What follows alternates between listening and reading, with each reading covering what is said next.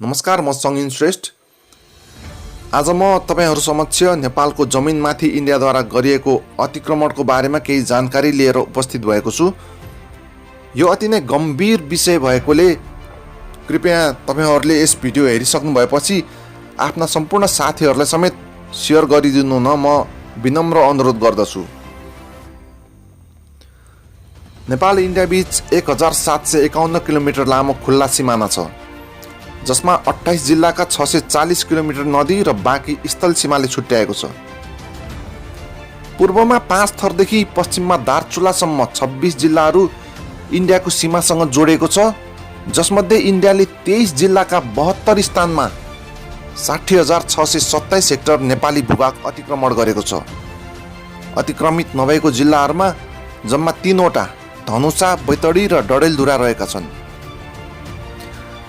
5 number प्रदेशमा 6 वटा जिल्लाहरूका 12 स्थानमा झन्डै 16,000 हेक्टर। यहाँ सीमाविद डाक्टर बुद्धिनारायण श्रेष्ठका अनुसार चाहिँ 14,828 हेक्टर क्षेत्रफल जमिन इन्डियाले अतिक्रमण गरेको भन्नुभएको छ, जसमध्ये पश्चिम नवलपरासीको सुस्तामा मात्रै करिब 15,980 हेक्टर जमिन अतिक्रमण गरेको छ। यहाँ हामीले जान्नै पर्ने कुरा के छ भने लिपुलेखदेखि लिम्पियाधुरासम्मको भूभागलाई नेपालको नक्साबाट हटाए जस्तै सुस्ताको अतिक्रमित भूभागलाई पनि नेपालको नक्साबाट हटाइएको छ। सायद त्यही भएर यहाँको तथ्याङ्कमा पनि केही फरक परेको हुन सक्छ। इन्डियाद्वारा सबैभन्दा बढी दार्चुलाको कालापानी क्षेत्रमा करिब 39,700 हेक्टर अर्थात् 397 वर्ग किलोमिटर जमिन अतिक्रमित छ भने सबैभन्दा कम कपिलवस्तु जिल्लामा 1 हेक्टर जमिन अतिक्रमण गरेको छ। इन्डियाद्वारा अतिक्रमित नेपालको पश्चिमी भूभाग लिपुलेखदेखि लिम्पियाधुरासम्मको क्षेत्रलाई समेटेर नेपाल सरकारले नयाँ नक्सा जारी गरे पनि सुस्ताको अतिक्रमित भूमिलाई अझै पनि समेटेको छैन। इन्डियाद्वारा सबैभन्दा बढी अतिक्रमित र विवादित भनिएका स्थानहरूको नाम लिनुपर्दा दार्चुलाको लिपुलेख, कालापानी, लिम्पियाधुरा पहिलो नम्बरमा र नवलपरासीको सुस्ता दोस्रो नम्बरमा आउँछ। सुस्ताको बारेमा केही भन्नु पर्दाखेरि विक्रम सम्वत 2025 सालसम्म सुस्ताको वास्तविक क्षेत्रफल 40,980 हेक्टर रहेको थियो। सुस्ताको हालको क्षेत्रफल करिब 7,000 हेक्टर मात्र रहेको छ र इन्डियाद्वारा अतिक्रमित सुस्ताको क्षेत्रफल 15,980 हेक्टर रहेको छ।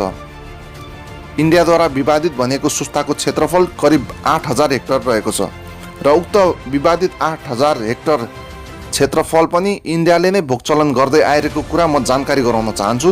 त्यहाँ नेपालीहरूलाई खनजोत गर्न, खेती गर्न दिएको छैन। विक्रम सम्वत 1872 मा भएको सुगौली सन्धि अनुसार नवलपरासी जिल्ला र इन्डियाको सिमाना नारायणी नदी हो। सन्धिमा उल्लेख भए अनुसार नारायणी नदीको पश्चिमतर्फ नेपाल र पूर्वतर्फ इन्डिया हो। त्यस्ताका सुस्ता नारायणी नदीको पश्चिममा थियो।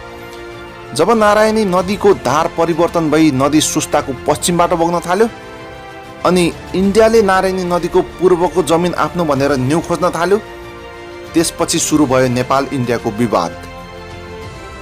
सीमा निर्धारणको फिक्स्ड बाउन्ड्री प्रिन्सिपल अनुसार नदीले धार परिवर्तन गरे वा अन्य कारणले जमिनमा क्षति पुगे पनि सीमा रेखा परिवर्तन हुँदैन। मेची नदीमा पनि यही सिद्धान्त अनुसार नै नेपाल इन्डिया बीच सीमा निर्धारण भएको छ। तर इन्डियाले फिक्स्ड बाउन्ड्री प्रिन्सिपल नमानेर नवलपरासीको सुस्ता, भेडियारी लगायतका गाउँलाई आफ्नो भनेर दाबी गरिरहेको छ। इन्डियनहरूले त्यहाँका बासिन्दाहरूलाई खेदिरहे पनि सरकारले उनीहरूलाई साथ दिएको अनुभूति भएन। इन्डियनहरूले उनीहरूप्रति गरेको हेपा प्रवृत्तिले जुन पीडा दिएको छ त्यसको व्यवस्था गर्ने सरकारको निरीह व्यवहारले भित्रभित्रैबाट आक्रोशको ज्वारबाट उम्लिएर आउने भन्दै आक्रोश व्यक्त गर्न बाहेक अरू केही गर्न सकेका छैनन् त्यहाँका बासिन्दा। नेपालीले आफ्नो जग्गामा लगाएको खेती स्याहार्न नपाउँदा नेपाली सुरक्षा निकायले नै साथ नदिएको अनुभूति हुन्छ सुस्तावासीहरूलाई। खेती लगाउने बेलामा उनीहरूले आफ्नो भनेको जग्गामा इन्डियनहरूले खनजोत गर्दा आँखाबाट आँसु खसाल्ने धेरै छन्। त्यहाँ इन्डियनहरूले जति नै ज्यादती गरे पनि हतियारधारी इन्डियन एसएसबी उनीहरूकै साथमा हुन्छन्। एसएसबीकै आडमा उनीहरूमाथि इन्डियाको ज्यादती चुलिएको व्यथा पोख्छन् सुस्तावासीहरू। 2073 सालको तथ्याङ्क अनुसार सुस्तामा 225 घरधुरीमा झन्डै 3000 नेपालीको बसोबास छ। उनीहरूमध्ये धेरैसँग जग्गा धनी पूर्जा छ, तर जग्गा छैन। सुस्ताको जस्तो शास्ति र पीडा इन्डियाद्वारा अतिक्रमित सबै स्थानका नेपाली जनताहरूले दिनहुँ भोग्दै आइरहेका छन्। तर पनि स्थानीय प्रशासन र सरकार लाचार र मौन छ। रूपन्देही जिल्लाको रोहिणी गाउँपालिकाको सीमा पारी इन्डियातर्फ इन्डियाले 10 गजा क्षेत्रमा अग्लो बाँध निर्माण गरेको छ, जसको स्थानीय जनताहरूले व्यापक विरोध गरेका छन्। तर त्यसतर्फ अहिलेसम्म न त स्थानीय प्रशासनको ध्यान गएको छ, न प्रदेश सरकारको, न त नेपाल सरकारको नै। हालसालै करिब 1 हप्ता अगाडि चितवन जिल्लाको ठोरीमा स्थानीयले भर्खरै निर्माण सम्पन्न गरेको हुलाकी मार्ग इन्डियनहरू, एसएसबी, इन्डियन प्रहरी र इन्डियाकै प्रशासन समेत दिउँसै आएर भकाभक भत्काउन थाले। भत्काए पनि स्थानीय नेपालीहरूको चर्को विरोधपछि त्यहाँका इन्डियन पक्ष र नेपाली जनताहरू बीच केही भनाभन भयो र इन्डियन पक्ष फर्किए। जबकि नेपाल इन्डियाको सीमा स्तम्भ इन्डियन पक्षले खनेको नेपाली हुलाकी मार्गभन्दा करिब 200 मिटर पर छ। त्यति मात्रै होइन, त्यहीँको नेपाली भूमिमा बग्ने खोलाबाट इन्डियाले वर्षौँदेखि जबरजस्ती कुलो बनाएर इन्डियातर्फ लगेको छ। उक्त घटना घटेको पनि आज 1 हप्ताभन्दा बढी भइसक्यो, तर न स्थानीय प्रशासन उक्त घटनाबारे केही बोलेको छ, न नेपाल सरकार नै। इलामको सन्दकपुरमा केही समय अगाडि सन्दकपुर गाउँपालिकाले निर्माण सुरु गरेको भ्यू टावरलाई निर्माण अवरुद्ध गरेर इन्डियाले कब्जा गरी त्यहाँ प्रवेश निषेधको बोर्ड राखेका छन्। करिब 7 महिना अगाडि अनेरा सोबिउका टोली त्यहाँ पुगेर प्रवेश निषेध लेखिएको बोर्ड उखलिएर फ्याँकी त्यहाँ नेपालको राष्ट्रिय झन्डा फहराए तापनि उनीहरू त्यहाँबाट फर्किए लगत्तै इन्डियाले फेरि त्यो जमिन आफ्नो कब्जामा लिएको छ। त्यहाँ पर्यटकहरूलाई समेत प्रवेश गर्न दिएको छैन। 2075 साल वैशाखमा कञ्चनपुरको पुनर्वास गाउँपालिका वडा नम्बर 9 का बासिन्दाले जङ्गली जनावर नियन्त्रणका लागि विद्युतीय तारबार गर्न खोज्दा इन्डियन सुरक्षा बल एसएसबीले अवरोध गरेको थियो। 195 नम्बर सीमा स्तम्भ नजिकको नेपाली भूमिमै तारबार गर्न खोज्दा एसएसबीले अवरोध सिर्जना गरी गाडिएको तारको पोल समेत उखलेर फ्याँकिएको दृश्य सामाजिक सञ्जाल फेसबुक तथा युट्युबका भिडियोमा अझै पनि देख्न सकिन्छ। कञ्चनपुरको पुनर्वास नगरपालिका वडा नम्बर 9 बीचफाट स्थित पूर्व पश्चिम करिब 3 किलोमिटर लम्बाइमा फैलिएको प्याराताल नेपालको मात्रै एकलौटी हो। विक्रम सम्वत 2022 सालदेखि कञ्चनपुर जिल्ला विकास समितिले माछा मार्न ठेक्का दिइरहेको प्यारातालमा 2035 साल यता इन्डियाले पनि आफ्नो दाबी गरी विवाद गर्दै आइरहेको छ। तालभन्दा करिब 500 मिटर दक्षिणमा नेपाल इन्डिया सीमा स्तम्भ छ।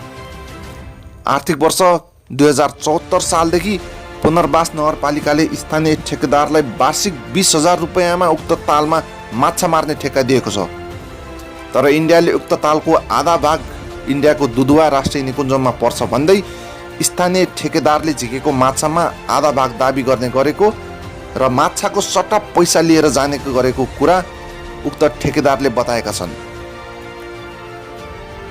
ताल छेउमा रहेको राष्ट्रिय माध्यमिक विद्यालयले भोगचलन गर्दै आइरहेको 10 बिघा जमिन समेत इन्डियाले आफ्नो बनी दाबी गर्दै आइरहेको छ।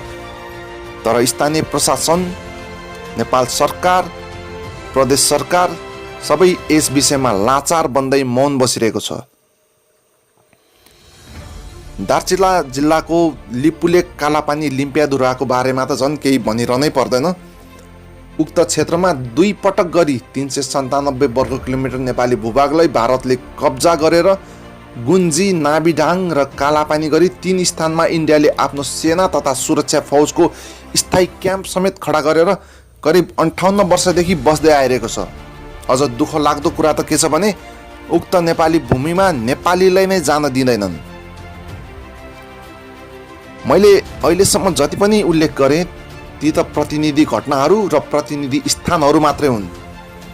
इन्डियाले दिन प्रतिदिन नेपाली भूभागहरू अतिक्रमण गरिरहेका छन्। सीमा नजिक रहेका नेपाली बस्तीहरूमा दिउँसै हतियारसहित इन्डियन एसएसबीहरू प्रवेश गरी नेपाली जनताहरूलाई शारीरिक र मानसिक यातना दिने, लुटपाट गर्ने, उनीहरूको खेती काटेर लैजाने गर्दा पनि त्यहाँका स्थानीय प्रशासन र नेपाल सरकार लाचार भई बेखबर झैँ मौन बसिरहेका छन्। यदि त्यहाँका जनताले पनि अन्य स्थानका जनताहरूले चाहिँ सरकार र प्रशासनकै मुख ताकेर बसिरहेको भए आज सायद नेपाल फेरि तराईविहीन भइसकेको हुन्थ्यो। सिमानाका नेपाली जनताले निहत्था र निशस्त्रै भए पनि आफ्नो बलबुताले भ्याएसम्म नेपाली भूमिको रक्षा गरिरहेका छन्। यस हिसाबले हेर्दा तराईका नेपाली नागरिक जतिको देशभक्त सायद अन्य स्थानमा छैन। हामी कोठाभित्र कम्प्युटरको किबोर्ड र मोबाइल स्क्रिनमा मात्रै आफ्नो देशभक्ति दर्शाउँछौँ, तर सिमानामा नेपाली जनताहरू भौतिक रूपमै इन्डियन एसएसबीको बन्दुकको गोली, लात र मुक्का खाँदै भए पनि नेपाली भूभागको रक्षा गरिरहेका छन्। यसतर्फ सरकारले त व्यवस्था गरेन, अन्य भेगमा बस्ने हामी नेपालीहरूले पनि खासै केही गरेको जस्तो देखिँदैन। म सम्पूर्ण नेपाली दाजुभाइ तथा दिदीबहिनीहरूमा हार्दिक आह्वान गर्न चाहन्छु, कति दिनसम्म हामी इन्डियाको अतिक्रमण, हस्तक्षेप र हेपा प्रवृत्ति सहेर बसिरहने? कति दिनसम्म हामी आफ्नै भूमिमा पनि शरणार्थी जस्तो जीवन व्यतीत गर्न बाध्य भइरहने? त्यसैले हामी सबै सम्पूर्ण नेपाली जनताहरू अब एकजुट हौँ, जागौँ र इन्डियाको हेपाई, हस्तक्षेप र अतिक्रमण विरुद्ध सशक्त डटेर प्रतिकार गरौँ। अब बेला भइसकेको छ, जागौँ, जुटौँ र इन्डियन अतिक्रमणको विरुद्धमा सशक्त डटेर प्रतिकार गरौँ। इतिहासमा वीर शहीदहरूले, वीर पुर्खाहरूले जोगाइदिएको नेपालको रक्षा गर्ने जिम्मा अब हाम्रो काँधमा आएको छ।